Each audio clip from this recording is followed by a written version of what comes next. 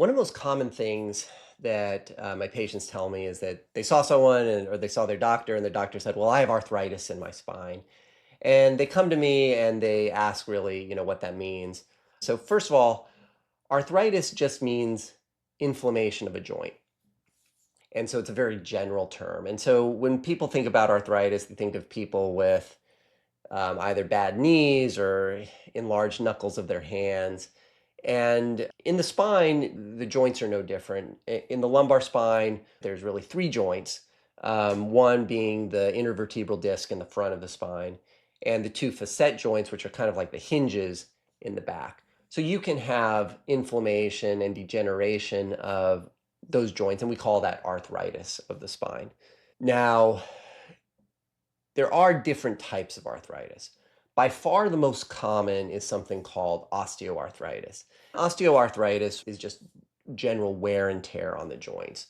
So, in the spine, it just means overuse, age, mechanical stress on the spine. Now, arthritis can cause pain. It can cause nerve compression. So, how does that happen? So, if you have arthritis of the disc, for instance, what can happen is the disc can degenerate, the space in between the bones can get smaller, so the nerves exiting the spine through the foramen can get compressed. So that's one way arthritis can cause pain. It can cause what we call modic changes, which is inflammation in the bone, which we have some great treatments for, something called intercept or basovertebral nerve ablation.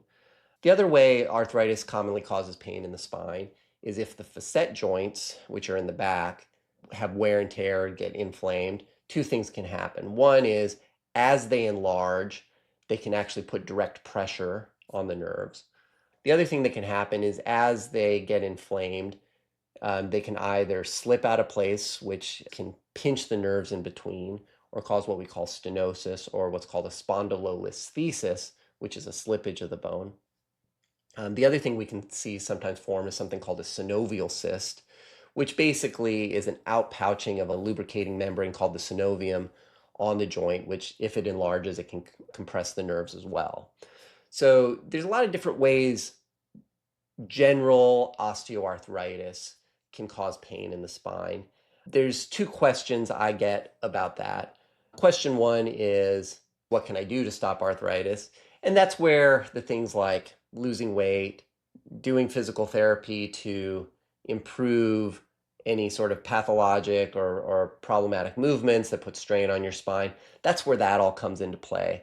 It doesn't always reverse the damage that's done, but it can certainly prevent progression, and actually people can feel better. The truth is, as all of us age, we develop some form of arthritis, and that doesn't mean that you need surgery or some intervention, and it also doesn't mean that you need a fountain of youth to reverse it. It just means we need to improve as we go forward the ways we use our body and the stress we put on our joints. Most of what I think the sort of game is as you get older is maintaining your muscle strength and maintaining your mobility without putting undue strain on your joints. So I see people who are avid runners, I see people who are avid weightlifters who sometimes have accelerated wear in their joints. Sometimes they have no pain and they just have radiographic findings on their MRI. And my answer is never, well, stop running or stop weightlifting, because actually those, if you look longitudinally at patients who exercise, they tend to have less pain long term than people who do nothing. I have patients who are total couch potatoes and have pristine looking spines but have a lot of pain, and that's because the muscular structures are not sufficient to support their spine. So the answer is not stop doing activity.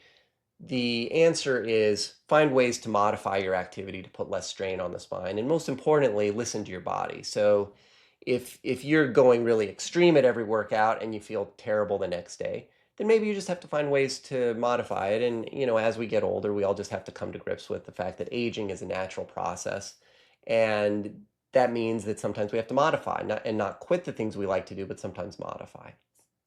Related to that, people ask me, well, can you do a surgery where you just shave away the arthritis? And that's a tricky sort of complex answer. The first part of that answer is it makes sense to shave way parts of the arthritis if those things are creating nerve compression, and we believe that that's what's causing your pain. So if a facet joint or the ligaments called ligament inflavum enlarges and compresses the spine or causes stenosis, certainly shaving away that bone, something we call a laminotomy or a partial facetectomy or foraminotomy. You'll hear a lot of those different terms. All of those things make sense. But if it's just shaving away the bone spurs that have formed from overuse that aren't necessarily pain producing, it doesn't make sense because it doesn't change the pathologic movement or loading that has created the arthritis in the first place. Now, there's another category of arthritis, which is totally different from osteoarthritis. And these are what we call basically inflammatory arthritises. And those are categories like rheumatoid arthritis, autoimmune disease, reactive arthritis, ankylosing spondylitis.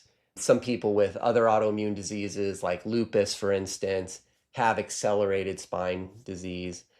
There's now these types of arthritises are not things that are basically general wear and tear. They're things where the body's own immune and inflammatory response is leading to inflammation of the joints. And that category needs to be seen by a rheumatologist, needs to be addressed and treated. Um, they certainly have influences on the spine.